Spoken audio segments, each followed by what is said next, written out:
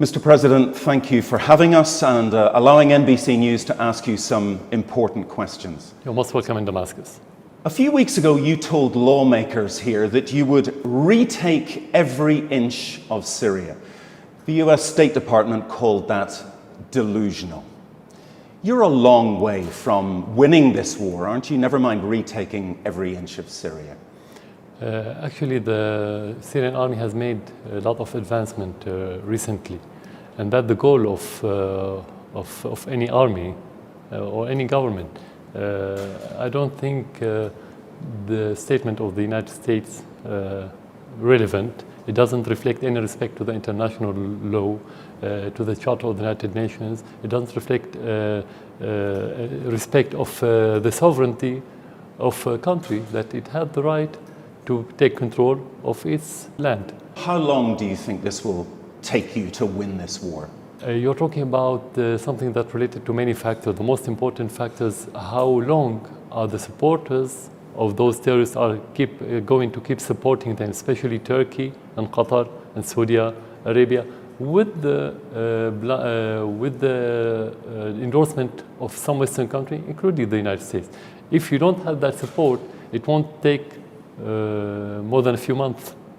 More than a few months. Yeah. You see, I've been here 10 times and I've heard your governors say it will take a month to retake Homs, it will take 6 months to retake somewhere else. It always takes longer than that. So realistically, this will take years, won't it? That's why I said that depends on how much support the terrorists are going to have. How much recruitment are you going to have in Turkey with the Saudi money to have more terrorists coming to Syria? Their aim is to prolong the war. So they can prolong it if they want. And they've already succeeded in that. So that depends on the question. If you're talking about how much it's going to take as only Syrian conflict, isolated conflict, this is where it won't take more than a few months. But if it's not isolated, as it's the case today, with the interference of many regional and international powers, it will going to take a long time. And no one had the answer that you have, because nobody knows how the war is going to develop. A year ago, the war was going quite differently. You made a speech in which you said you were short of troops. You had to give up some areas reluctantly. What changed after that was that Russia entered the war. That's the real reason this war is turning, isn't it? That Russia is on your side. Definitely, the Russian support of the Syrian army has tipped the scales against the terrorists. It's the crucial factor. It is definitely. At the same time, Turkey and Saudi Arabia has sent more troops since that Russian legal intervention started. But in spite of that, it was the crucial factor, as you just mentioned. You owe President Putin a lot. Everyone who stood beside us, Russian, Iranian, and even the Chinese stood, but each one in its own way, whether political, military, or economical. Because it's not one factor. You cannot only talk about the firepower or the human resources. It's multi-factor issue. All those countries supported Syria, beside other countries supported to a lesser degree. Has President Putin demanded anything of you? What's the deal? When he wanted to intervene, he didn't ask for anything. Nothing. For a simple reason. First of all, politics build on values. This is very important. The second thing, their interest is common interest with us now, because they are fighting the same terrorists that they should fight in Russia. We are fighting the terrorists that could be fighting in Europe, in the United States, anywhere else in the world. But the difference between President Putin and the other Western officials, that he could see that clearly, while the other officials in Europe or in the West in general couldn't see that. That's why his intervention is based on values and at the same time based on the interest of the Russian people. Do you speak much with him? When there's something to speak about, of course we speak, or through officials. How often, for example, this year have you spoken with him? I didn't count them, but many times. We spoke many times. And how would you describe your relationship with him? Very frank, very honest, mutual respect. But he has demanded nothing of you. Is that the case? Nothing at all. Because the suspicion is that Russia, maybe working in concert with the United States, and Secretary of State Kerry is meeting Vladimir Putin Thursday in Moscow. The suspicion is that they are coming to some sort of deal that might be bad news for you. First of all, regarding the first part, if he wanted to ask me for something, he would ask me to fight the terrorists, because this is where his interest as president and as a country, I mean Russia, lies. Second, regarding that allegation from time to time that the Russian made with the American and they discussed something about the Syrian issue, in order to give the impression that they are deciding what's going to happen in Syria. Many times, the Russian officials many times said clearly that the Syrian issue is related to the Syrian people. And yesterday, Minister Lavrov said that clearly, said we cannot sit with the American to define what the Syrian wants to do. This is Syrian issue. Only the Syrian people can define the future of their country and how to solve their problem. The role of Russia and the United States to offer the atmosphere, the international atmosphere, to protect the Syrian from any intervention. The problem in that regard that the Russians are honest, the Americans didn't deliver anything in that regard. But this is not to take the decision about what we have to do as Syrians. So just to be clear, neither Foreign Secretary Lavrov nor President Putin has ever talked to you about political transition, about a day when you would leave power. That's never come up. Never, because as I said, this is related to the Syrian people. Only the Syrian people define who's going to be the president, when to come and when to go. They never said a single word regarding this. And you're not worried in the least about Secretary Kerry meeting Vladimir Putin and coming to an understanding in which you may have to leave power? No, for one reason, because their politics, I mean the Russian politics, is not based on making deals. It's based on values. And that's why you don't see any achievement between them and the American, because different principle. The American politics based on making deals regardless of the values, which is not the case for the Russian. But of course, it's not just Russia that's bombing your enemies, it's the United States. Do you welcome American airstrikes against ISIS? No, because it's not legal. First of all, it's not legal. It's not legal for Russia to do it, is it? No, they are invited legally and formally by the Syrian government. It's the right of any government to invite any other country to help in any issue. So they are legal in Syria, while the Americans are not legal with their allies. Of course, all of them are not legal. This is first. Second, since the Russian intervention, the terrorism has been, let's say, regressing, while before that, and during the American illegal intervention with their allies, ISIS was expanding and the terrorism was expanding and taking over new areas in Syria. They're not serious. So I cannot say I welcome the unseriousness and to be in Syria illegal. Thousands of missions, hundreds of airstrikes. The United States is not being serious? The question is not how many strikes, what the achievement, that's the question. The reality is telling that since the beginning of the American airstrikes, the terrorism has been expanding and prevailing, not vice versa. It's only shrinked when the Russians intervened. So this is reality. We have to talk about facts. It's not only about the pro forma action that they've been taking. So American airstrikes are ineffective and counterproductive? Yes, it is counterproductive in somehow. When the terrorism is growing, it is counterproductive. That's correct. Whose fault is that? Is that a military fault, or is President Obama simply not being, let's say, ruthless enough? Yeah. No, first of all, it's not about being ruthless. It's about being genuine. It's about the real intentions. It's about being serious. It's about having the will. The United States doesn't have the will to defeat the terrorists. It had the will to control them and to use them as a card like they did in Afghanistan. That will reflected on the military aspect of the issue. If you want to compare more than 120 or 30 Russians airstrike in few areas in Syria compared to 10 or 12 American allies airstrikes in Syria and Iraq, it means militarily nothing. But that military ineffectiveness is a reflection of the political will.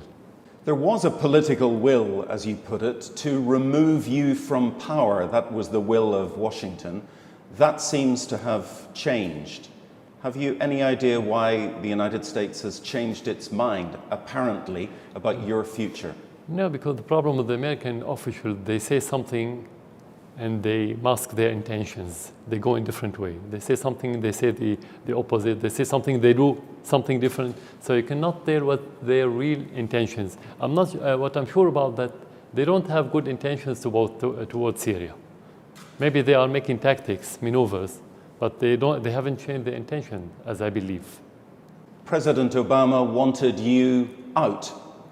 He's leaving office soon, and you're staying. Did you win? No, it's not between me and him. It's between me and whoever wants to destroy this country, and mainly the terrorists within Syria now. This is where we can win as Syrians if we can get rid of those terrorists, if we can restore the stability in Syria. This is where we win. Otherwise, you cannot talk about winning. That's true they didn't succeed, but if they don't succeed in their plans, if it went into a fiasco, doesn't mean we win the war. So I have to be realistic about and precise about choosing the terms in that regard. But one of the president's key aims, which was to remove you from power, has clearly failed. Or do you believe it's failed? Yeah, I said he's failed, but doesn't mean I win, because for him the war is to remove me. For me, the war not to stay in my position. For me, the war is to restore Syria. So yeah, you're talking about two different wars. For me, I'm not fighting my war. I'm not fighting the war that the president should stay. My war is to protect Syria. I don't care about if I stay or not, as long as the Syrians don't want me to be in my position. For me, I don't care about what the other presidents want. I care about what the Syrian wants. If they want me to stay, I'm going to stay. If they want me to leave, I'm going to leave. So it's different, completely different thing. Do you feel the United States has fundamentally misunderstood your war with ISIS, with what you might call a common enemy? Again, it's not common enemy, because for us we are genuine in fighting not only ISIS and al-Nusra and every affiliated to al-Qaeda organization within Syria. They have the same, all of them are terrorists. So if you want to talk not about ISIS, about the terrorist groups, we wanted to get rid of the terrorists, we wanted to defeat those terrorists, while the United States wanted to manage those groups in order to topple the government in Syria. So you cannot talk about common interests unless they really want to fight those terrorists and to defeat them. And they didn't do that. They've been in Iraq in 2006. They didn't try to defeat them. But America is very genuine about fighting ISIS. ISIS is a threat to the American homeland. How can you say America is not serious about fighting ISIS? ISIS has been set up in Iraq in 2006, while the United States was in Iraq, not Syria was in Iraq. So it was growing under the supervision of the American authority in Iraq, and they didn't do anything to fight ISIS at that time. So why to fight it now? And they don't fight it now. It's been expanding under the supervision of the American airplanes. And they could have seen the ISIS using the oil field and exporting oil to Turkey, and they didn't try to attack any convoy of ISIS. How could they be against ISIS? They cannot see, they don't see. How the Russians could have seen it from the first day and started attacking those convoys. Actually, the Russian intervention unmasked the American intentions regarding ISIS and the other terrorist groups, of course. 3 years ago, President Obama made a threat against you. He drew a red line and then withdrew from that and did not attack you. What do you feel about that? Is that the sign of a weak president? Yeah, that's the problem. In the United States, they've been promoting for years now, only a good president is ruthless or tough, that who should go to war. This is the definition. Otherwise, he's going to be a weak president, which is not true. Actually, for the American administration, since the Second World War, they have a share in stoking the fire and conflicts in every part of this world. And as the time goes by, those administrations are becoming more and more pyromaniac. The difference now between those administrations is only about the mean, not about the goal. One of them sent his own troops, like Bush. The other one is using surrogate mercenaries. The third one using proxy, and so on. But the core is the same. Nothing has changed. To go back to that moment 3 years ago, was that the sign of a weak United States and a weak president? Yeah, because if you want to talk about the core, which is the war, attacking Syria, they've been attacking Syria through proxies. They didn't fight ISIS. They didn't make any pressure on Turkey or Saudi Arabia in order to tell them stop sending money and personnel and every logistic support to that terrorist. They could have done so. They didn't. So actually they are waging war, but in different way. They didn't send their troops. They didn't attack with missiles, But the same mercenary, that's what I meant. I mean, the same. Did it surprise you that they didn't attack? No, it wasn't a surprise, but I think what they are doing now had the same effect. So between mercenaries and between missiles, this one could be more effective for them. So no, I couldn't say that I was surprised. You're a leader. By drawing a red line and not following through, has that damaged America's credibility, not just in the Middle East, but in the world? But this credibility hasn't ever existed for us, at least since the early 70s, to be frank with you. Since we restored our relation with the United States in 1974, we never saw any administration has real credibility in every issue we dealt with. They never had it. So I cannot say that it harmed. Many of their allies, they don't believe them. I think the American credibility, not because of what you've mentioned, because of their politics in general, their mainstream politics are at an all-time low. That's how we see it. An all-time low in terms of its credibility in the world? Generally, yeah, and regarding the politics in general, not regarding Syria. Yeah.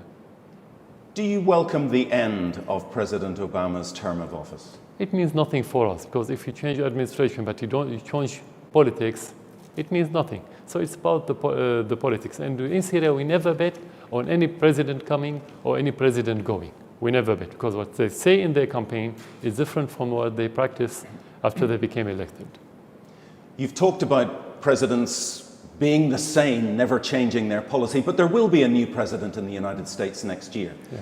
Do you hope for a new relationship? Do you believe anything like that is possible? Yeah, of course, we always hope that next president would be much wiser than the previous one, less pyromaniac, as I said, less militaristic, adventurist president. That's what we hope. But we never saw.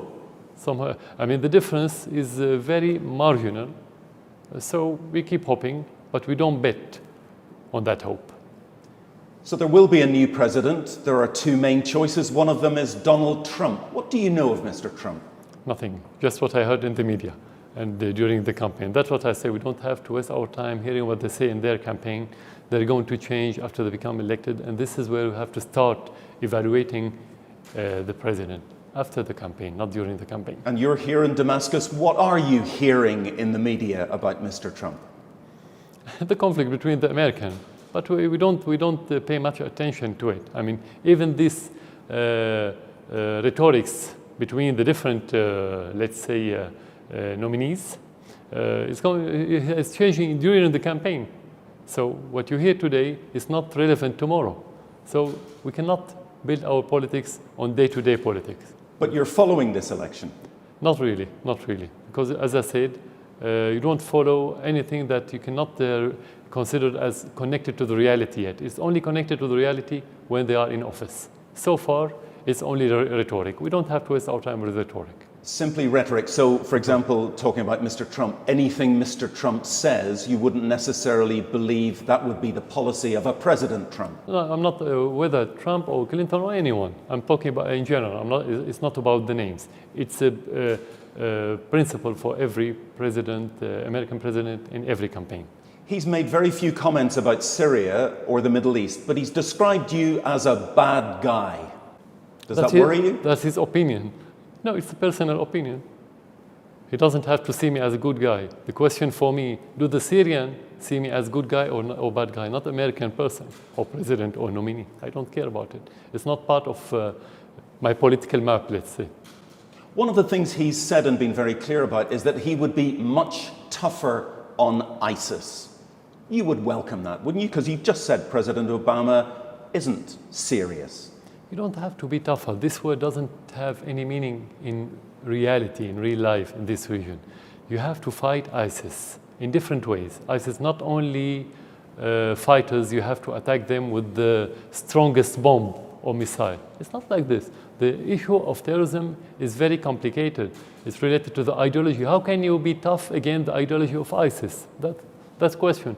How can you tough regarding their economy? How they offer money and donations? How can you deal with that? I think Mr. Trump is talking about military toughness. He wants It's not enough. You have to be smart. It's not enough to be tough. First of all, you have to have the will. You have to be genuine. Then you have to be smart. Then you can be tough. And being tough and being military active, this is important, but this is the last option when you fulfill the first criteria. From what you know of Mr. Trump, is he smart enough? I don't know him. When I sit with him face to face, I can judge him. But I only look at the person on the TV. You know, on the TV you can manipulate everything. You can make, you can rehearse. You can prepare yourself. So that's not. Do you like what you see on TV of Mr. Trump? I don't follow the American election, as I said, because we don't bet on it. We don't follow it. He seems to respect President Putin. Does that give you hope that maybe he's a man you could do business with? If he's genuine, I think he's saying the right thing, because every person on earth, whether agree or disagree with President Putin, he should respect him, because he's respectable. He respects himself and he respects the other, respect his values, respect the interest of his own people, and he's honest and genuine. So how can you respect someone with those descriptions? If he's genuine, I think he's correct. That's what I can say. Mr. Trump has also made comments about Muslims and not allowing Muslims into the United States. Did that anger you, upset you? Yeah, especially in Syria, as a melting pot country made of many, many religions and sects and ethnicities, we think this diversity is richness, not the opposite. It's the way the government and the way the influential forces in the society that made it a problem or a conflict. If you can have all those people living in one society with real integration, with harmony, this is richness. This is for the interest of any society, including the United States. So Mr. Trump should not have made those comments about Muslims? Anyone shouldn't make any discriminative rhetoric in any country. I don't believe in this kind of rhetoric, of course. Mr. Trump has no experience in foreign policy. Does that worry you? Who had this experience before? Obama or George Bush or Clinton before? No one of them had any experience. This is the problem with the United States. You have to look for statesmen who has real experience in politics for years, not because to have position in Congress for a few years or Minister of Foreign Affairs, for example. That doesn't mean you have the experience. The experience in states should be much, much longer. So we don't think that most of the presidents in the United States were well versed in politics. So a man with no experience in foreign policy in the White House is not necessarily dangerous in your view? If anyone who doesn't have experience in any position, a White House or in the presidential palace in Syria or in another country, of course it's dangerous for the country, generally.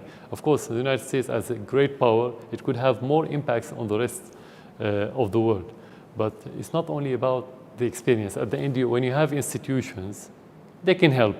It's about the intention. Is it going to be with good experience, but with militaristic intentions, destruction intentions, and so on? So you have to talk about many factors. It's not enough to talk only about the experience. Someone with more experience in foreign affairs is Hillary Clinton. She is known to you in one sense. What would the consequences be if Hillary Clinton wins the election?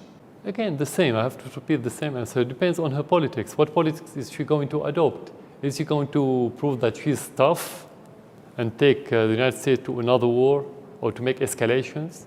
This is where it's going to be bad for everyone, including the United States. If it's going to go in another direction, that will be good. Again, we focus more about the intentions before talking about the experience. The experience is very important, but the intention is the most crucial thing for any president. So can you ask them the question, can they tell genuinely the American people and the rest of the world what their real intentions about their politics? Are they going to make escalation, or are we going to see more entente around the world? Well, one difference between them clearly is that Mrs. Clinton is determined, it seems, still to get rid of you. At least that's her stated position. Mr. Trump says he's focusing on ISIS, leave you alone. That's a clear difference between the two. Hillary Clinton, well, I'll ask you the question.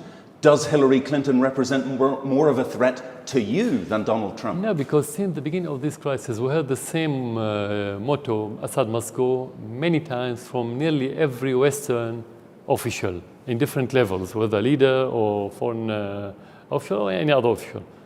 We never cared about it. We never. So you cannot talk about this as a threat. This is interfering in our internal issues. We're not going to respond to.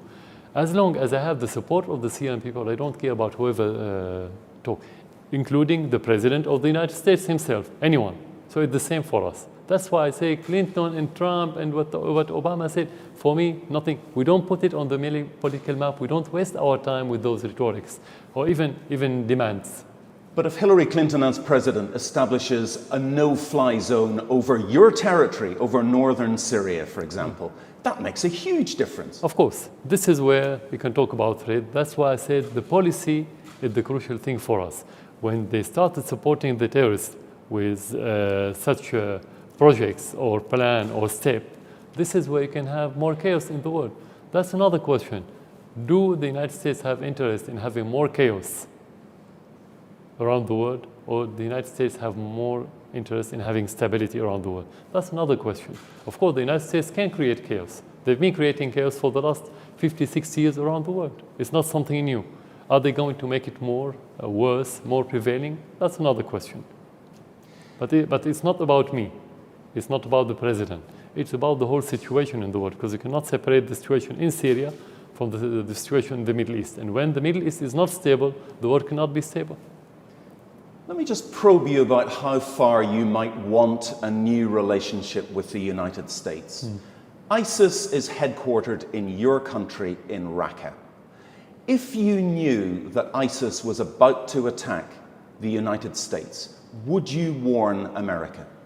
As principle, yes, because they may attack civilians, and I cannot blame the innocents in the United States for the bad intentions of their official. This is not correct.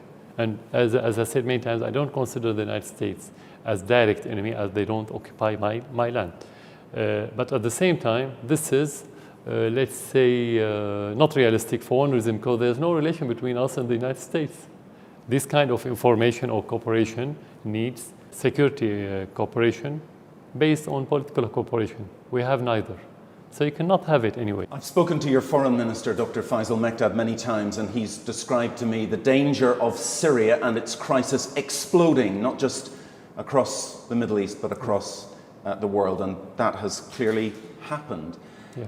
As ISIS is driven back or broken, is there a danger that their fighters scatter? Is there a danger that as you defeat ISIS, the United States becomes more vulnerable to terrorism? No, if we defeat ISIS, we are helping the rest of the world, because those terrorists coming from more than 100 countries around the world, including the Western countries, if they are defeated, they go back with more experience, more fanatism, and more extremism, and they're going to attack in those countries. So if we defeat them here, we are helping every other country, including the United States. But ISIS fighters may leave Raqqa, and as we've seen with terrorist attacks in Europe, they come to France, they come to Belgium, they could come to the United States as well and attack. That is a real risk, isn't it? Yeah, that's what I'm talking about. I said if we defeat terrorism, in the meaning they cannot go back, we are helping them. If they leave, if they escape, if you have this terrorism, this is where you can start exporting those terrorists to Europe, as what happened in France recently. So what you said is correct. That's what I mean. If we defeat them here and they cannot go back, this is where we help the others. If they go back, there will be a danger to the rest of the world. Like any war, there are two sides. Your forces have been accused of doing some terrible things. I've been here many times, and I've seen some of the terrible things as a result of your forces, airstrikes, bombardments, and so on. Do you believe one day you will face an international court? First of all, you have to do your job as president. When you are attacked by terrorists, as a country, you have to defend your country, and that's my job according to the Constitution. So I'm doing my job, and I'm going to keep doing it no matter what I'm going to face. Let's be clear about this. Defending the country cannot be balanced with the personal future of president, whether he's going to face criminal court or anything like that, or to face death, doesn't matter. If you don't want to face all these things, leave that position and give it to someone else. But the reason people are saying you should face a war crimes tribunal is that you are clearly using any means whatsoever. I mean, I know you don't agree that there is such a thing as a barrel bomb. Yeah. Never mind the metal.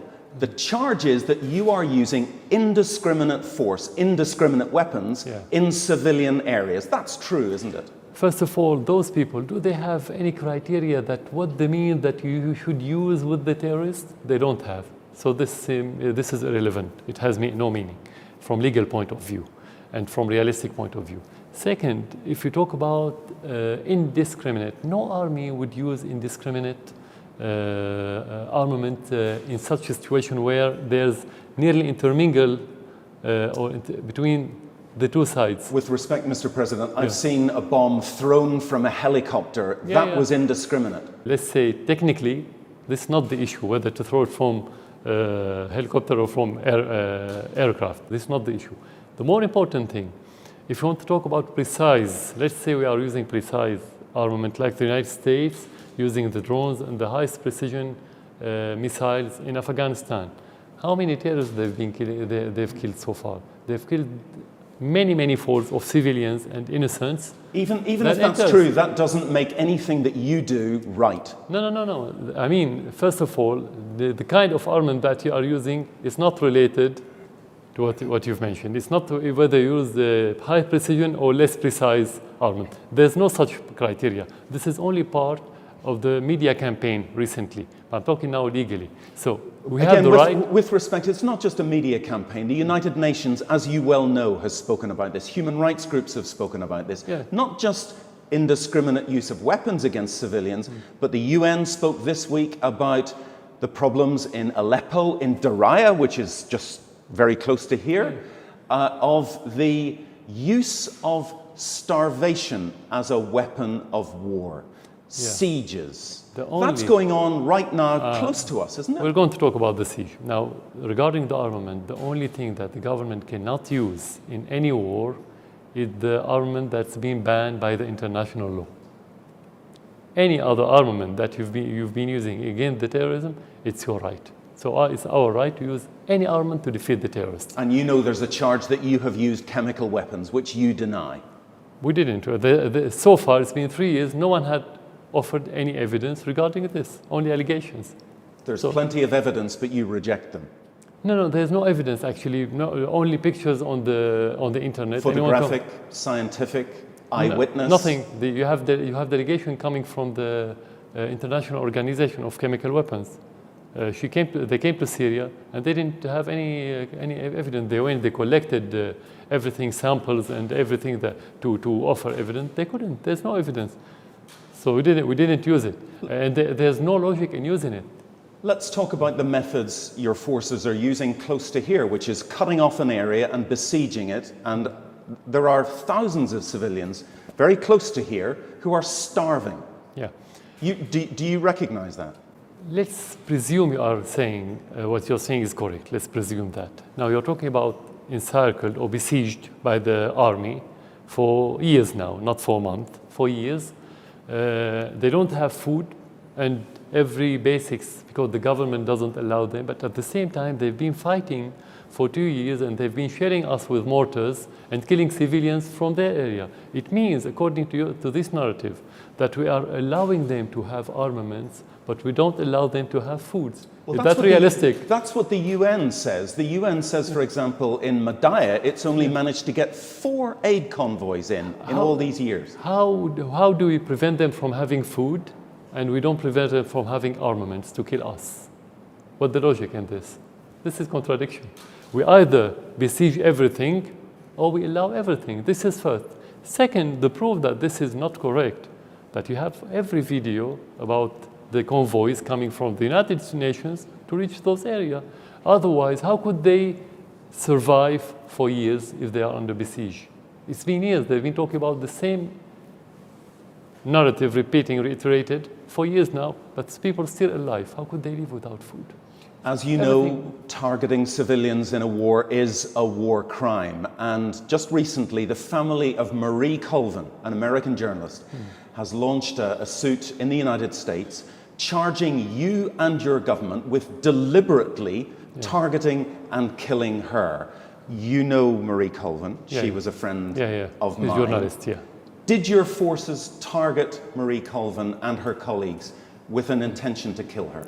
No, very simply. First of all, the army forces didn't know that Marie Colvin existed somewhere, because before that we hadn't known about Marie Colvin. So it's a war, and she came illegally to Syria. She worked with the terrorists, and because she came illegally, she's being responsible of everything that befall on her. This is first. Second, she's responsible for her own death. She came illegally to Syria. We can responsible of everyone within our country when he came legally to Syria. She came illegally, and she went with the terrorists. We didn't send her anywhere. We don't know anything about her. As you know, that doesn't explain why missiles hit the house that she was in Homs. No, nobody knows if she killed by missile, or which missile, and where did the missile came from, or how. No one has any evidence. This is just allegations, because it's a conflict area. It's a war. You know about crossfire. When you caught in a crossfire somewhere, you cannot tell who killed who. So these are allegations. Second, we had hundreds of journalists came to Syria legally and illegally, and they covered for the terrorists, not for the government, and we didn't kill them. So why to single out this person in order to kill him? There's no logic. This is second. Third, tens of journalists working for the government and support the government has been killed. Did we kill them? We didn't. So this is war. Have you heard about good war? I don't think anyone have heard about good war. It's a war. You always have casualties. You always have innocent people being killed by any means, and no one can tell how. You see, the impression you give, Mr. President, is of a man who feels he bears no responsibility for the terrible things that are done in his name to the Syrian people. You have an air of, oh, well, it really doesn't matter. Yeah. You only bear responsibility of the decision that you take. You don't bear responsibility of your decision that you didn't take. But some of the decisions you've taken have resulted in the deaths of hundreds of thousands of people. Like? Attacking certain areas, launching campaigns, airstrikes, the use of certain weapons. The only two decisions that we've taken since the beginning of the crisis to defend our country against the terrorists, and that's correct decision. The second one is to make dialogue with everyone. We made dialogue with everyone, including some terrorist groups who wanted to give up their armaments, and we made it. We were very flexible. We didn't take any decision to attack any area that doesn't include terrorists, or where terrorists don't shell the other cities adjacent to them. Do you ever see pictures, photographs, videos of children, for example, in rebel-held areas? And I wonder if you have seen those photographs. What do you feel? Sorrow, regret, nothing? My question, how could you verify that those children that you saw on the internet are in their area? You see, there you go again, Mr. President. An answer like that simply reinforces people's view that you're evading responsibility, that actually you don't care for the people on the other side that your forces kill. That question could be answered if you answer that question.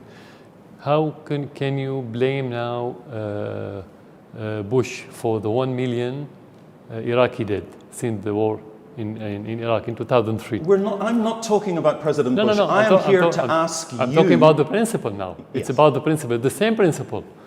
So he attacked sovereign country while I defend my country. If you want to use one standard, is one thing. If you want to do a double standard, that's another thing. You're still not giving me the impression that actually you care very much. Well, I talk to American audience, so there must be analogy between the two things, because it's about the logic that you use to explain something. It's not only about my answer. He attacked sovereign country while we are defending our country. He killed Iraqi people on their land. We are defending mainly against terrorists who are coming from different places in that world.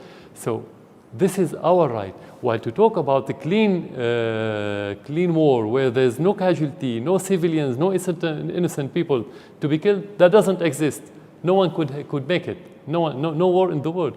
Is this how you explain the war, for example, to your children at the breakfast table? I'm sure they're very interested. I'm going to talk about the reality, about the fact. While to talk about children being killed, children of who, where, how? You are talking about propaganda and about media campaign and about sometimes fake pictures on the internet. We cannot talk about the fact. We have to talk about the facts. I cannot talk about allegations. Have you ever cried about what's happened to Syria? Crying doesn't mean you are a good man. And that doesn't mean you have a lot of passion. It's about the passion. It's within your heart. It's not about your eyes. It's not about the tears.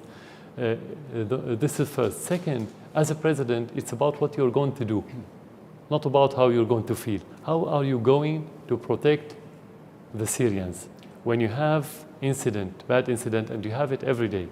Do you keep crying every day, or you keep working?